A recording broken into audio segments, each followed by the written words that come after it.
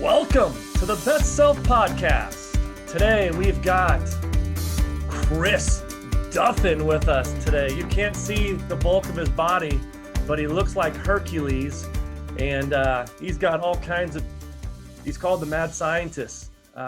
He's extraordinary thinker, unconventional thinker, and best-selling author, multiple companies. Buddy, you've got a lot going on. Thanks for being with us. Yeah, looking forward to some good conversation, my man. Yeah, I'm jacked. And it's not just because of your great hair. I mean, the hair is definitely killing it right now. I comb my hair for you so that you're special. So Huge.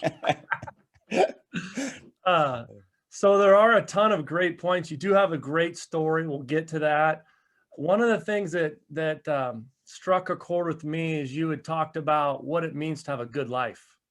I'd read or I'd heard you have a passion for furthering your life. You have a passion for furthering other people's lives. I was curious, what would you say is a good life? What goes into that? Well, that's tough to define, and a lot of people want to push things at you, and it's especially like in business and entrepreneurship, like they got all these people telling you, oh, if you want the fancy car, if you want the, feel fine, go get it and be your, and I'm like, that's fine. But a good life is really understanding why you want the things that you want. Because you get to this point, it's not things, it's a way of living. It is this, North Star is a common term that's used, and I think it really identifies it. It's a path that you can always be moving towards, taking another step in that direction, but you can never actually get there. So it's really understanding, why do you want the things that you want? If you create your bucket list, I hate bucket lists, by the way. If you create your bucket list, why are you choosing these things? If you want to be an NFL player, why is it you want to do this stuff? And if you keep just diving and peeling back these layers, and it takes a lot of introspection, a lot of time, you get to an answer, and then the process starts again. And finally, you'll get to these nuggets, these gems that are things like recognition, Right? A sense of accomplishment or challenge, continual learning, creative outlet, a sense of family, community. These are how you actually need the framework of how you build your life, and your goals, your business, and all this is a way for you to realize these things. It is not the thing. It's a way for you to create a life that executes the being of living. And I didn't randomly list, those happen to be some of mine. Right. Another one is, I'll admit, security. I had a really crazy life growing up, and being able to have this sense of security for myself, my family is huge. All right. It works in counter to me wanting to challenge myself and take on crazy things. Right. Right. And take the ego out, like recognition. Yeah. That for me, if I do something good that I'm proud of, I'd like to be recognized for that by people that I care about. And so that's really your North Star. If you dig deep enough, you'll find probably 6, 7, maybe 8 of these things. And I don't know what you call them. I just use the term core values. Yep. That term gets used a whole lot, but I really don't know what else to call them. They're not necessarily values, but they're a way of being, this thing that you want. And if you don't understand it, this sense of security, okay? If I don't understand that, and I look at, I watch the hustle porn and go, you want your mansion, you want your car. And I'm like, God, yeah, I want that stuff. But I don't understand that I want that stuff, because I know if I've achieved it, I have created a life that creates a lot of security for myself and my family. And if I don't know that, I could over leverage myself to get those things, because all I know is I want those things. Right. And I've done the exact opposite. Right. So no morality, no on the things that you want, the way you want to live, but do the work and really understand. That's what a great life is. And when you get that, man, then all the things start coming together. Every aspect you can create, your business, your personal life, you just start cutting out all the fluff, and you can start really excelling and doing so much more. because you're not wasting your time. Oh, that is strong. That is a strong answer. So one, it sounds like you're more into looking for a lifestyle. All right. I mean, you're searching for a lifestyle with all that stuff you're describing. And it sounds like you're about the why. Exactly. Yeah. It's about the why. Yeah. And I really think that a lot of people they may think that they're doing the work, and it really takes a lot of depth to get there. Right. Yeah. A And lot of people think that they know what work is until they get into it. And then they figure out that what they thought was the work isn't actually the work that they thought it was.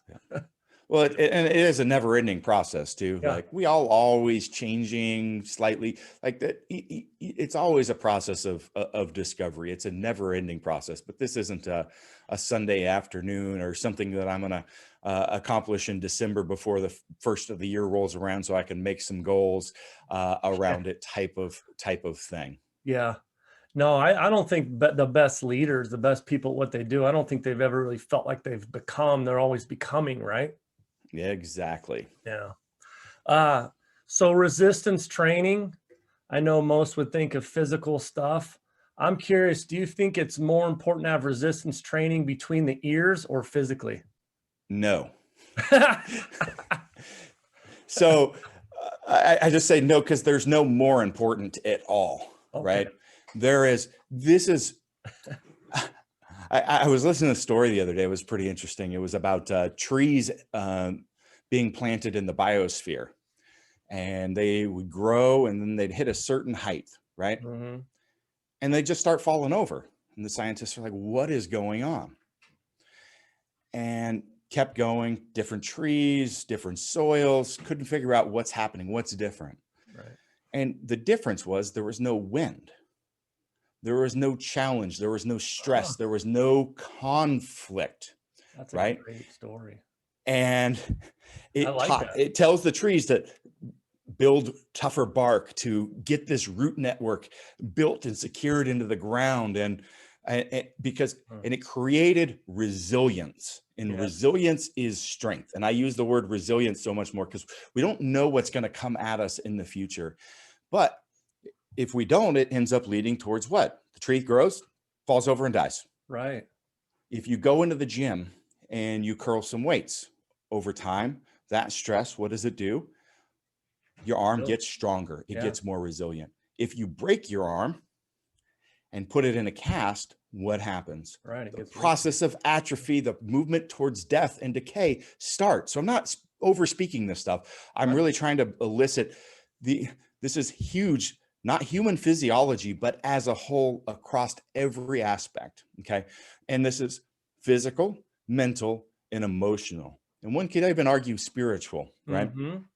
Now, if we don't have stress or challenge in those areas of our life, and we will become weak, we will become less resilient. And it doesn't matter, I did the work a long time ago. It has to be now. Right. It has to always be now. And it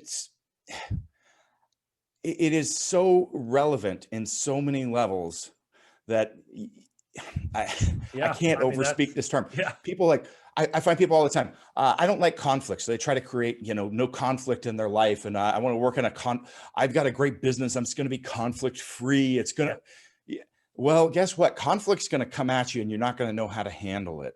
Right. And so you need to find these things in your life. So what I'm saying is not only do you need to embrace it when it comes, but if it's not coming, you need to seek it out. Yes. So this is between the ears. Absolutely. It's just as important. My businesses are all focused on this physical aspect of it. That's where my training is. That's what my expertise, all this, but it's an understanding that it covers everything. Right. Yeah. No, that's really good. Yeah. You want to embrace friction. Friction's not optional, right? It's a prerequisite. Yeah. Now there's a point of too much, right? Sure. So just like if we go to the gym, if we do daily doubles, 3 hours per session, 7 days a week, you're going to not recover. Right. This is concentration camp type stuff. There's a point of so much stress that we can't recover from it. So I'm not saying go beat your ass into the ground, right? Right. You've got to give your self time and space. But if we stop all the time, if we spend our life on the beach in the Caribbean, this life, I've done all this work to try to get to this point so I can retire and walk away from it all. You've just walked away from life. Yeah. Yeah. You have just started this path towards nothing. And that's the point I'm trying to make. You've got to have some training at all times. Yes. I love that. That is awesome. Yeah. I was reading, I think his name, I wrote it down, Nathaniel Hancock. Does that sound right? Yeah, that does. He wrote an article and he talked about the 8. I'm a big between the ears guy. And I was reading an article and he had talked about the 8 flaws of the weight room. And he listed 8 things and not one of them was physical. All 8 of them was basically between the ears, whether it be anxiety or lack of confidence or empathy. I think even empathy was in there somewhere. I don't remember all 8, but I just thought it was real interesting that everyone thinks that it's all physical, but it's not. It's not at all. Yeah. Yep. So if you're interested in self-improvement, you need to be chasing this in all aspects of your life. It's a trifecta. You can't have one without the other. I mean, you go back to the Socratic method, yeah, this is nothing new. Right. How would you say that if you were talking to me or talking to someone else, and I like what you said, by the way, I like that you said this is cross-curricular. Like we could be talking about a dude in a cubicle. We could be talking about a dude like you, which there really aren't any. I mean, you're squatting and 1,000-pound reps. There's arguably the strongest man in the world right on the screen right now. How can people best prime their brain for growth? It is this willingness to step into a place of fear, to know that when your gut is twisting up on you, that it could be a conversation with your spouse, your boss, a coworker. I'm using that instead of a training session, right?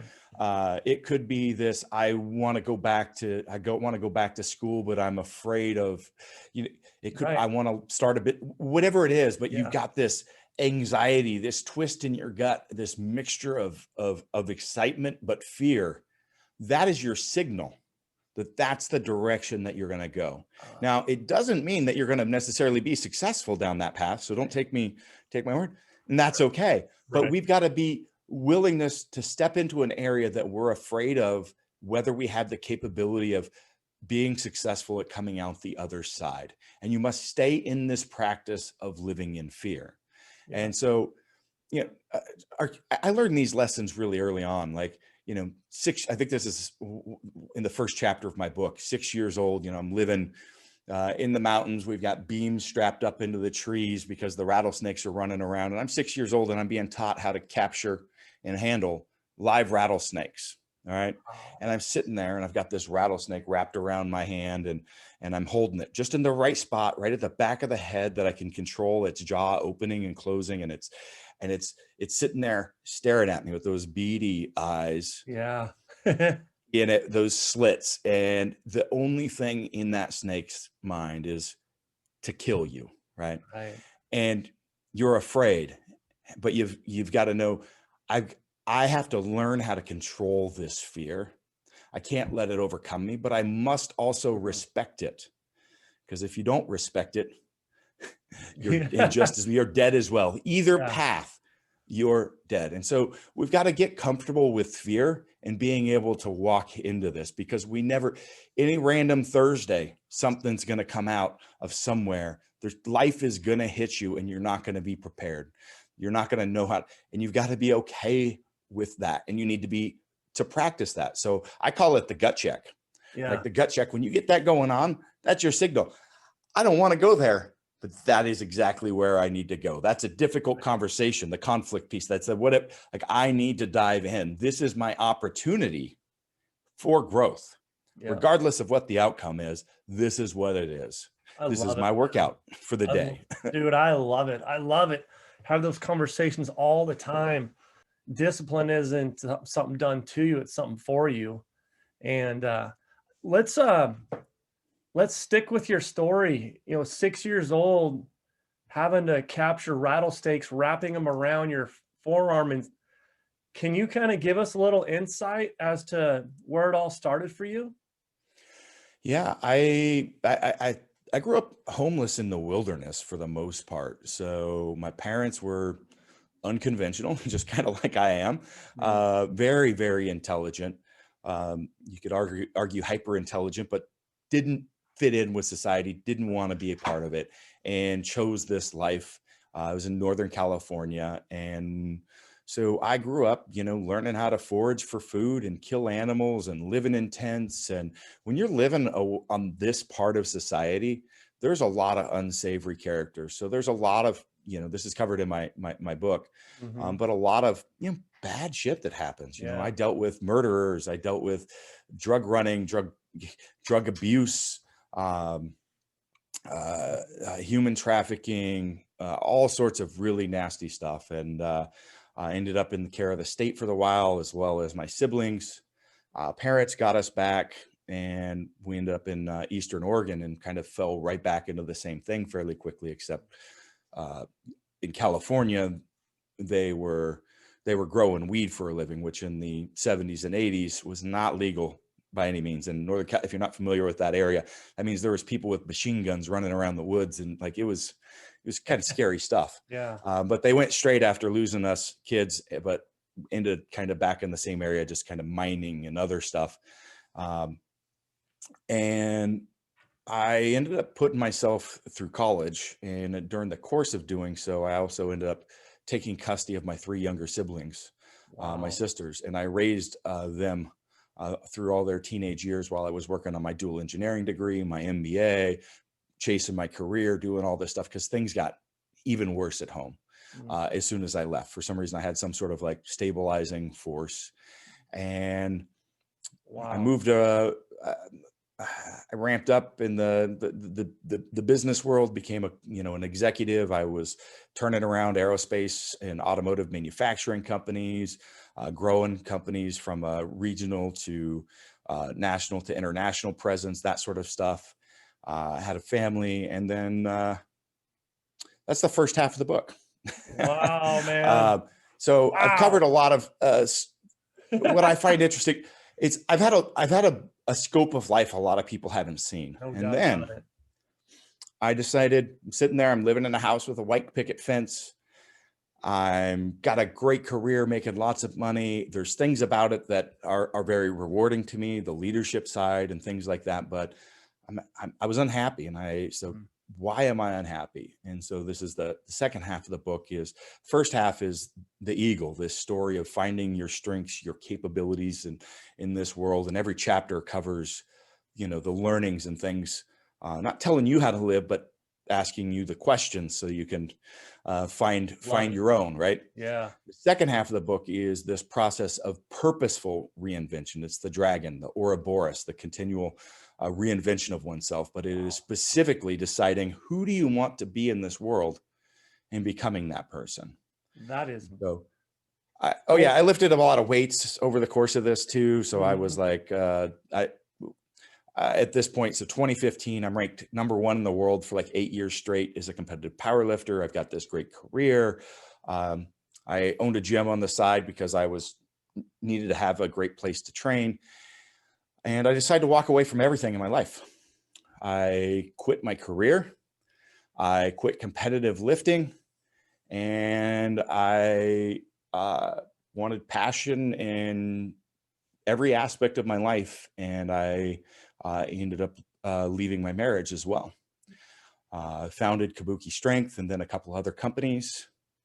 I brought and drew just this amazing people into my life, so that my work became like just this huge synergy. And one of those people that I brought into my life is now my wife. And I have an amazing, amazing marriage, 3 kids, and really I am helping people in the world live better, to get out of pain and live a better quality of life. So I've designed, what we call this biomechanically sound barbell line, along with other equipment that gets joints in a better position and accommodates for variability and levers, mobility, all this sort of stuff. We work with, well, let's take Major League Baseball. There's 2 teams that we don't work with. So when I say 90% of all professional sports teams in North America, that's what I mean when I say any major college that you can think of, and they all use our stuff, plus 600 plus more movie stars, like Dwayne Johnson, The Rock, Thor, like many, many others. They all use our stuff. So I built this globally recognized brand in about 5 years. It's 5 years. That's incredible. And that is having this huge impact. We have probably the leading scientific advisory board. A lot of my stuff is built off of, by the way, before starting the business, I was on the side, I was like lecturing at the PhD level on biomechanics. I kind of transitioned from my engineering into over the years, because I was a performance athlete and wanted to be the best that I could. Right. I needed to figure things out, and created these principles around loading and movement. And then that ended up developing the equipment. And we also do education and coaching and all that sort of stuff. But that's why we have this huge backing. So, right. I mean, we have the leading people in the world on spine biomechanics, developmental kinesiology, chiropractic, orthopedic surgeons, the best, some of the top head strength coaches for the biggest teams out there.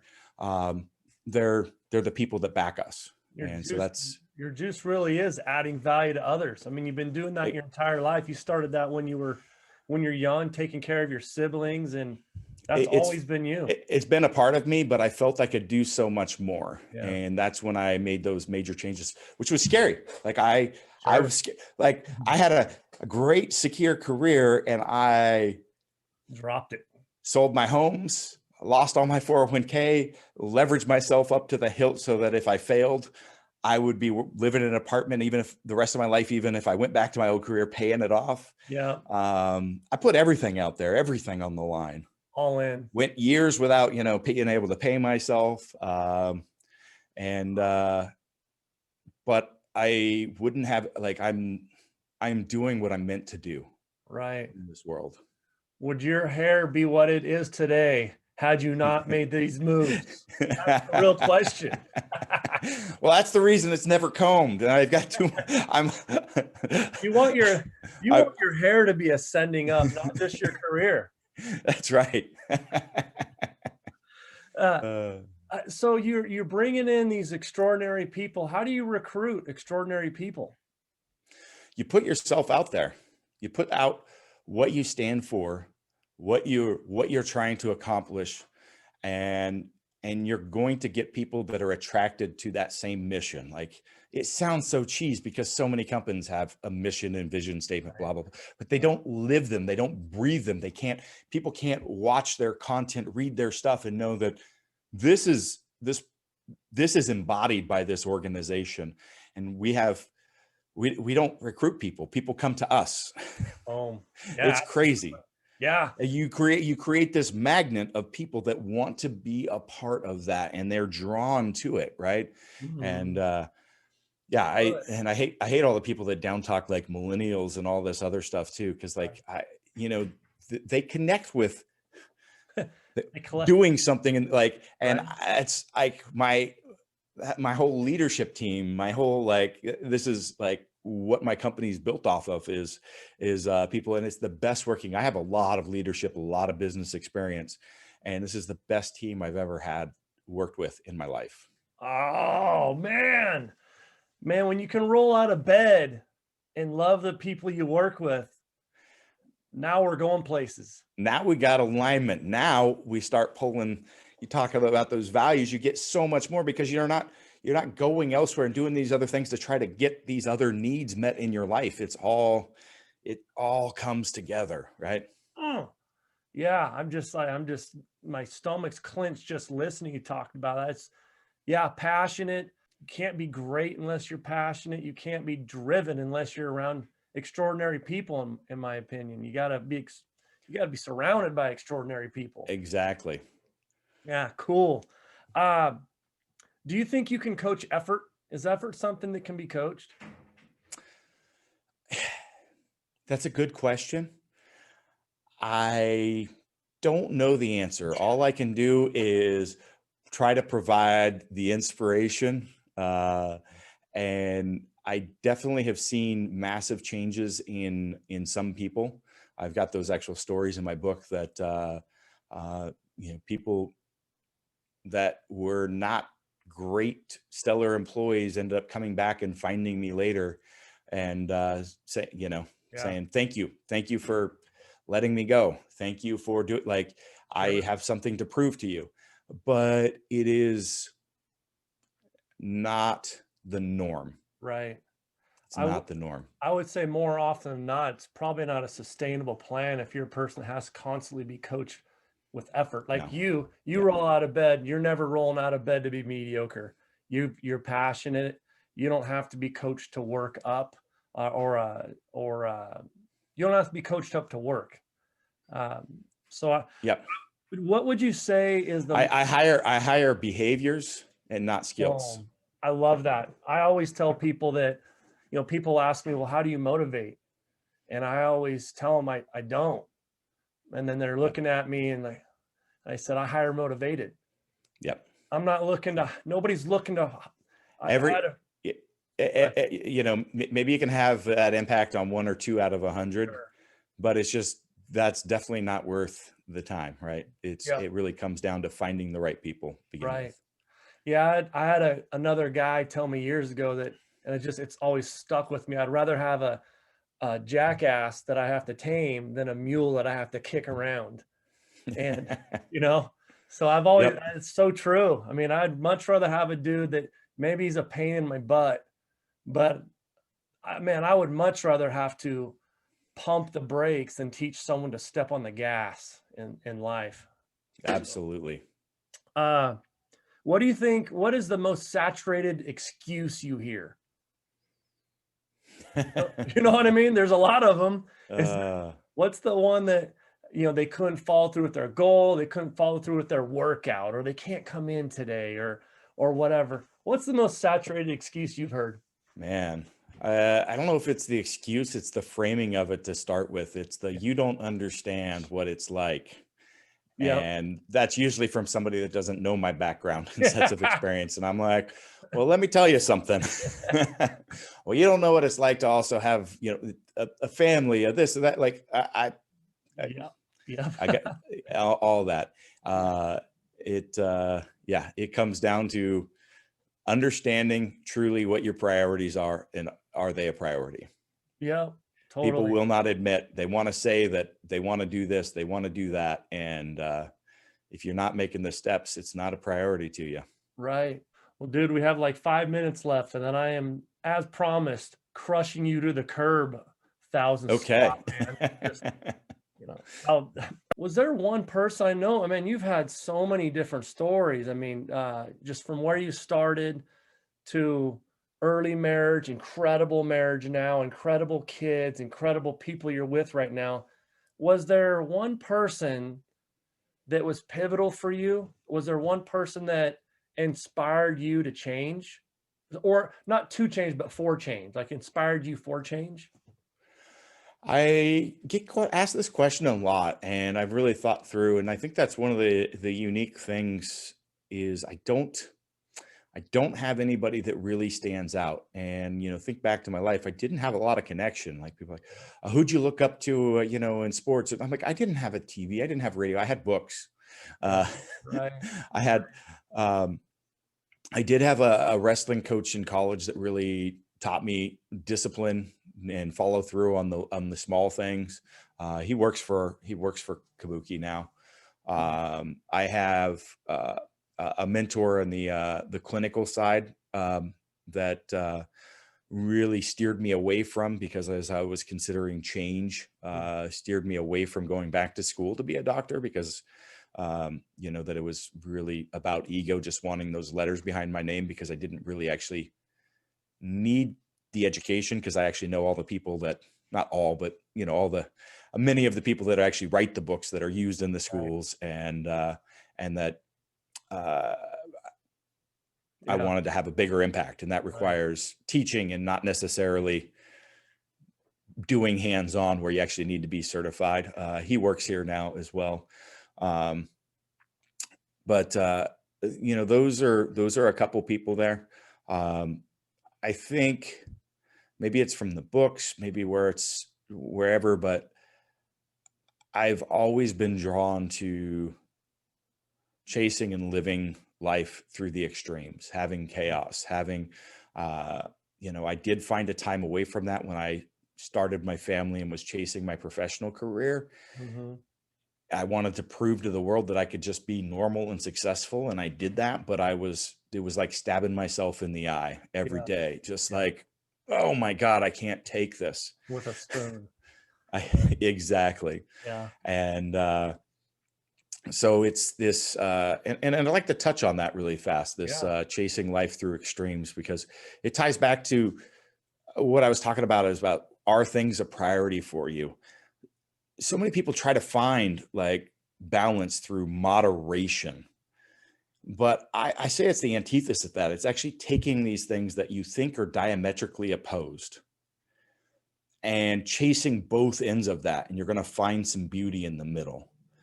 You're going to be able to take both of them to a higher level. A lot of times I talk about this with lifting, like a squat, like technique and form are everything. Perfect that. But I'm not saying don't load the bar, because you actually don't find, when you break down, what change needs to happen until you start loading this. So I was to say, I want you to push it to the absolute limits, every last ounce of effort that you've got, and then a few grams more.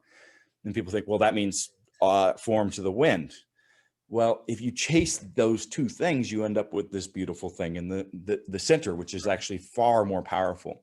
Work-life balance. Same thing. I've kind of demonstrated that with my own life.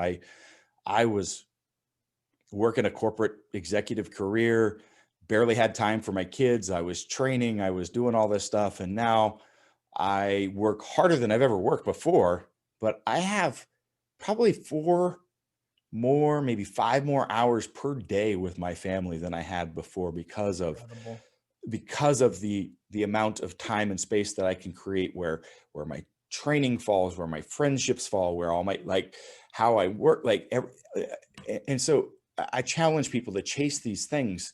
And the benefit of this is the priorities, because if you chase extremes, what you're going to find is the things that truly aren't important start falling by the wayside, because there is nothing else. And that really is a way of helping you reach and understand what those values are that we talked about earlier. Yeah. It is a part of the exploration process. So I'm a big believer in find your balance through the extremes. And it really does, man, it creates an action book life at the same time. Who would not want to go that direction? Right. Yeah. Wow. Create space, create happiness, create freedom. Incredible. I mean, that whole concept, chasing extremes, and I'm sitting here listening to you think, and it is so true. I can think of so many different examples where you may start to break down in your mechanics of whatever, in the lift or the life or whatever, because you're starting to expose yourself. But now you expose it, and now you know, like, yes. Right. You see your deficiencies, and now you become stronger because you exposed yourself. And you become more resilient, strength. Yes. Exactly. So all this stuff that we've talked about starts pulling together when you've got that philosophy. So good, man. True or false? Have you ever watched Aquaman? I have not. That hurts my true or false question. Look up Jason Momoa. I was going to say true or false. Our listeners, if you know who Jason Momoa is, he's an Aquaman. He's a DC Comics character. He's been in movies. I was going to ask if he was reincarnated trying to look like you. He's also yoked. He's got some of the same tats you've got type deal. So, Okay. All right. Okay. That one hurts a little. That stings a little bit. All right. True or false? You were a buffalo in your previous life. I have not heard that one before. I've seen you run. I saw a video of you running from about a month ago, and I swear to God, I felt the room shaking today still. Beast mode. It looked like Quadzilla was coming directly at me in my screen. That video really seems to catch people. They don't expect somebody my size to move that way. Yeah, and you were kind of uphill a little bit. Like I think it was. Oh, that's very steep. Yeah. You weren't messing around. I don't recall seeing your hair in that one, but if I could find Aquaman, a buffalo, and something manage to still keep your hair, I think we'd be getting places. I think you might have a chance. Well, hey, buddy, we're drawing to close. Could you give us, our listeners, you got 30 to 45 seconds, to talk to our listeners about how can they out improve their previous best self? It is pushing yourself to take on that extra 5 pounds, that extra 10 pounds, right? So it's that workout mentality. The only way that you're going to get better is taking on a little bit more resistance, right? That is the physiology of things, via the extra challenge that you're scared of at work, in life, in your relationship, but you're not going to just get better on itself. Human beings adapt. They adapt to the loads imposed on them. And so this is the strength training concept. That's why I threw in the pounds. Yeah. But that is physiology as a whole. So if you want to be better, you need to have more challenge, more conflict, more weight. That is fantastic, man. I loved this conversation. You do have a lot of great nuggets.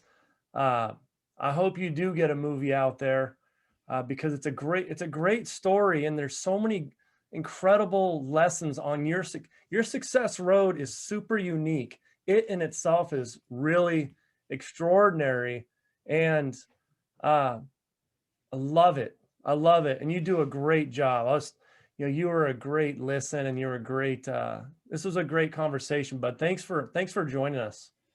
Yeah, thanks for having me. Anybody that enjoyed this conversation, actually read my own book as well, The Eagle and the Dragon. You'll get a bunch from it. You can find a free link on my website, chrisduffin.com, and see other businesses and things that I do. Check out and follow me on social media. I'm pretty easy. I'm not going to list any of the stuff. Just type in my name in Google or on your favorite platform. I'll pop up. You will. You're fantastic, buddy. Thanks again, and make it a great day.